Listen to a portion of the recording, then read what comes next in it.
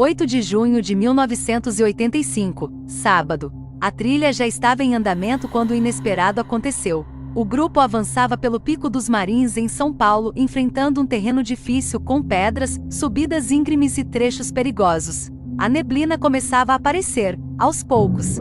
Nada fora do normal para aquele lugar. Mas tudo mudou quando um dos integrantes do grupo se machucou. Ele feriu a perna durante a subida. A dor era forte. Continuar não era uma opção. O grupo precisou parar.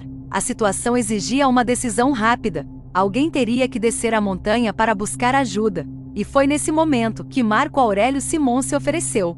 15 anos.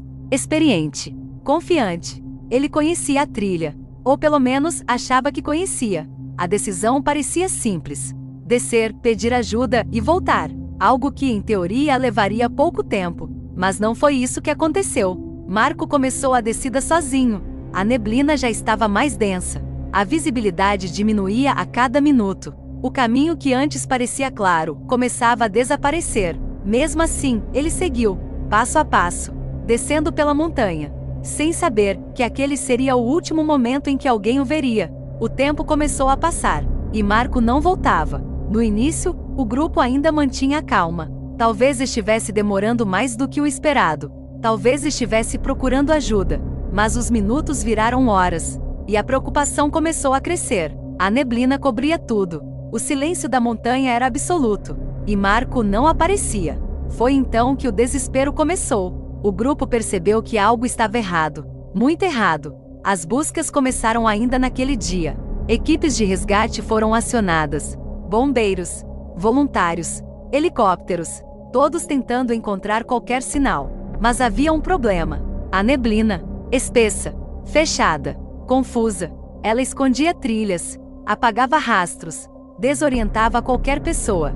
Cães farejadores foram usados, mas não encontraram nada, nenhum cheiro claro, nenhum caminho definido. Era como se Marco tivesse desaparecido no ar. Dias se passaram, depois semanas. E o resultado continuava o mesmo. Nada, nenhuma mochila, nenhuma roupa, nenhum objeto, nenhuma pista. Isso não fazia sentido, porque mesmo em acidentes, sempre há algo. Mas ali não havia absolutamente nada. O Pico dos Marins começou a mostrar seu lado mais estranho. Relatos de pessoas que já estiveram ali começaram a chamar atenção. Gente que se perdeu mesmo conhecendo o caminho. Sensação de estar sendo observado. Dificuldade de se orientar mesmo em áreas abertas, como se a montanha confundisse quem estivesse nela. Mas nada disso explicava completamente o que aconteceu. Os dias viraram meses, os meses viraram anos, e então décadas. E até hoje, ninguém encontrou Marco Aurélio Simon. Nenhuma evidência nova surgiu, nenhuma resposta definitiva apareceu. A história ficou congelada no tempo, presa naquele sábado, 8 de junho de 1985. Sem final, sem explicação. E isso abre espaço para teorias. Ele pode ter se perdido durante a descida, pode ter seguido o caminho errado, e se afastado cada vez mais da trilha, pode ter sofrido uma queda, em um local impossível de acessar, ou pode ter acontecido algo que ninguém viu, algo que nunca foi registrado, e talvez, algo que não pode ser explicado. Mas o que mais intrigava nas buscas era o silêncio. Nenhum sinal de luta. Nenhum pedido de socorro. Nada. Era como se a montanha tivesse simplesmente absorvido Marco. Os dias seguintes foram marcados por uma rotina exaustiva. Equipes subiam e desciam o Pico dos Marins repetidamente. Revisavam áreas já verificadas.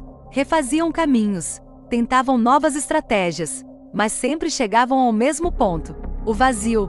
A ausência completa de qualquer evidência. E isso começou a incomodar até os mais experientes. Porque em operações de busca, o comum é encontrar algo, mesmo que pequeno, um pedaço de tecido, um objeto perdido, um sinal mínimo.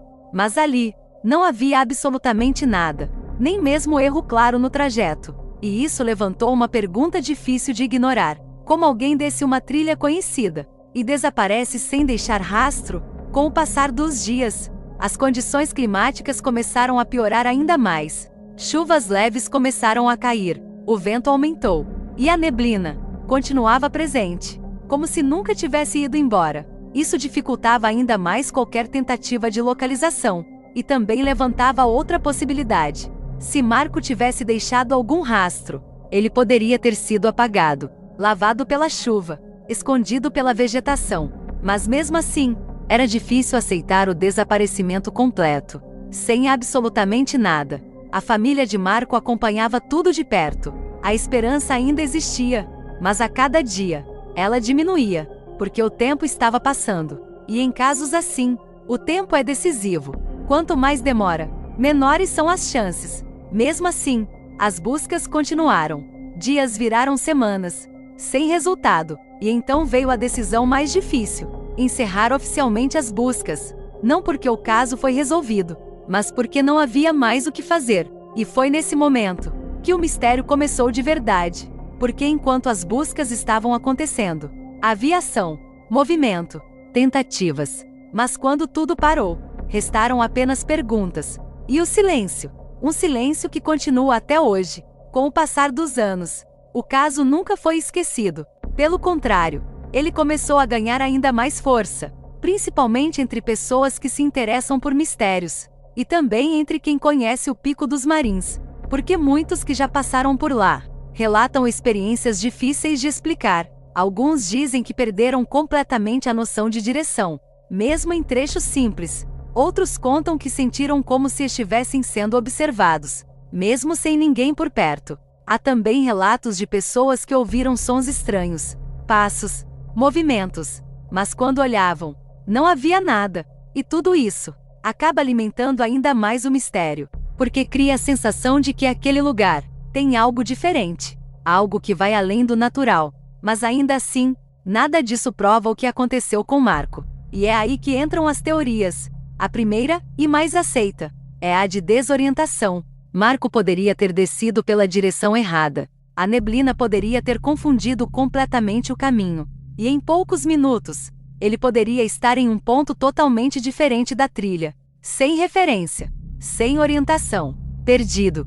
A segunda teoria é a de acidente. Uma queda, um escorregão, algo rápido, silencioso, que poderia ter levado ele para um local de difícil acesso, um lugar onde as equipes nunca conseguiram chegar. A terceira teoria envolve algo mais complexo: interferência humana, alguém na região, algo que nunca foi visto, ou nunca foi descoberto. Mas não existem provas disso, apenas hipóteses. E então, existe a teoria mais inquietante, aquela que muita gente evita falar, mas que sempre aparece: a ideia de que algo inexplicável aconteceu, algo que não segue lógica, algo que não deixa vestígios. E é exatamente isso que mantém essa história viva até hoje, porque quando não existe resposta, a mente tenta preencher o vazio, e nem sempre com explicações simples. Hoje, mais de 40 anos depois, o caso continua sem solução, nenhum avanço, nenhuma descoberta,